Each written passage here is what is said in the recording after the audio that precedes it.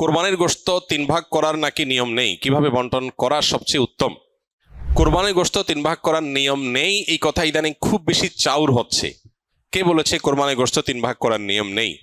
এখানে একটি ভুলকে সংশোধন করতে গিয়ে আরেকটা ভুল আমরা করে বসছি অনেকে।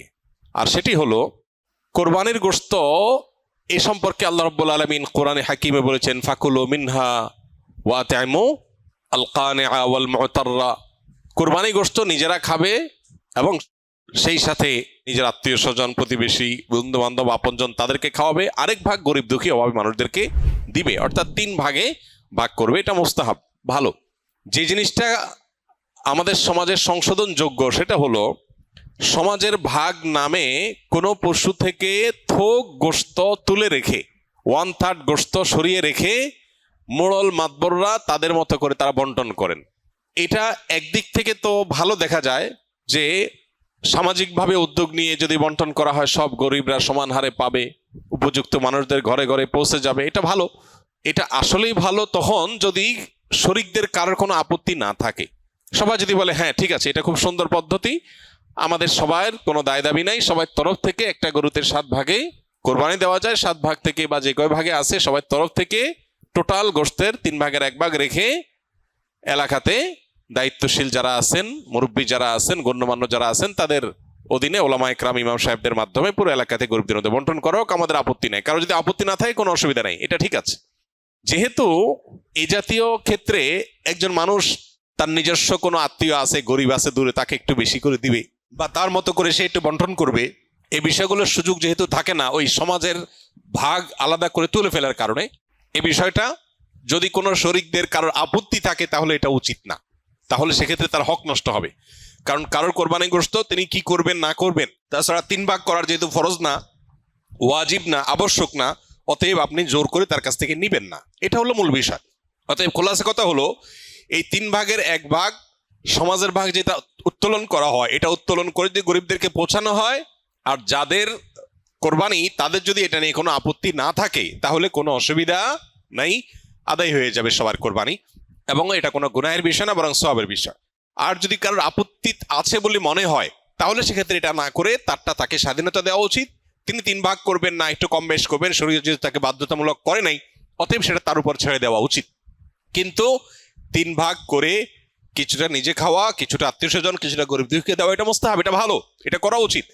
একটা বাজে দৃশ্য দেখতে পাচ্ছি আমাদের সমাজে, সেটা হলো আমরা লক্ষ্য করছি যে অনেকেই কোরবানি গোশত সব নিয়ে ফ্রিজে তুলছেন। খুবই দুর্ভাগ্যজনক বাস্তবতা। যেখানে গরিব দুঃখীর হক আছে, তাদেরকে দেয়া দরকার, তাদের জন্য 1 ভাগ রাখার নির্দেশনা শরীয়তে আছে, সম্ভব হলে আরো বেশি রাখা উচিত, সেটা না করে বেশিরভাগ মানুষজন আজকাল সব ফ্রিজে ভরে রাখে, নামকা অস্তে সামান্য কিছু গরিব দুঃখীকে দিয়ে, আর বাকিটা স্তূপ দিয়ে রাখে সারা বছরের গোশত সংগ্রহ রাখার প্রয়োজনে। তো এটা কোরবানির তাৎপর্যকে নষ্ট করে। যে লোক আল্লাহকে সন্তুষ্ট করবার জন্য কোরবানি করেছে, সওয়াবের উদ্দেশ্যে কোরবানি করেছে, এটা তার কাজ হতে পারে না। অতএব 3 ভাগের 1 ভাগ করে গরিব দুঃখীকে গোশত দেওয়ার ব্যাপারটিতে আমাদের আরো বেশি আন্তরিক হওয়া উচিত। সম্ভব হলে বেশিরভাগ গরিব দুঃখীকে দিয়ে সামান্য একটু নিজে রাখলে আরো ভালো, যদি মনে হয় গরিব দুঃখী অভাবী মানুষের সংখ্যা বেশি হয়। অতএব 3 ভাগ করতে শরীয়ত ফরজ বা আবশ্যক করে নাই, ওয়াজিব করে নাই, এটা ঠিক, কিন্তু এর মানে এই না যে আমাদের সব গোশত ফ্রিজে নিয়ে ভরা উচিত, সেটাও ঠিক না। অতএব আল্লাহ তাআলা আমাদেরকে বুঝার তৌফিক দান করুন। কোরবানির জন্য কি পরিমাণ সম্পদের মালিক হতে হয়? কোরবানির ঈদের দিনগুলোতে, ঈদের দিন এবং তার পরে যে আরো 2 দিন 3 দিন কোরবানি করা যায় সর্বসাকুল্যে, এই দিনগুলোতে যার কাছে 52.5 তোলা রূপা কিংবা 52.5 তোলা রূপার বাজার মূল্য পরিমাণ টাকা অথবা এই জাতীয় সম্পদ থাকে যেটা যাকাতের সম্পদ হিসাবে কাউন্ট হতে পারে, এরকম সম্পদের মালিক যদি কেউ থাকে ঈদের দিনে, তাহলে সেক্ষেত্রে তার উপরে কোরবানি ফুকায়ে হানাফের মতে ওয়াজিব, অন্য আরেক উলামাদের মতে সুন্নাহ। এই যে দিনগুলোতে কোরবানি ওয়াজিব বা আবশ্যক, এটার জন্য ওই নেশাব পরিমাণ সম্পদ 52.5 তোলা রূপার সমপরিমাণ সম্পদ, এটা 1 বছর থাকা জরুরি না। জাকাতের জন্য 1 বছর থাকলে যখন জাকাত আসে, কোরবানির জন্য 1 বছর থাকা জরুরি না, এই দিনগুলোতে থাকলেই কোরবানি বর্তায়। আমরা বিভিন্ন কবিরাজের কাছে তাবিজ কবজ নিয়ে থাকি, এগুলো ব্যবহার করা কি জায়েজ ইসলামের শরীয়তের দৃষ্টিকোণ থেকে জানাবেন প্লিজ।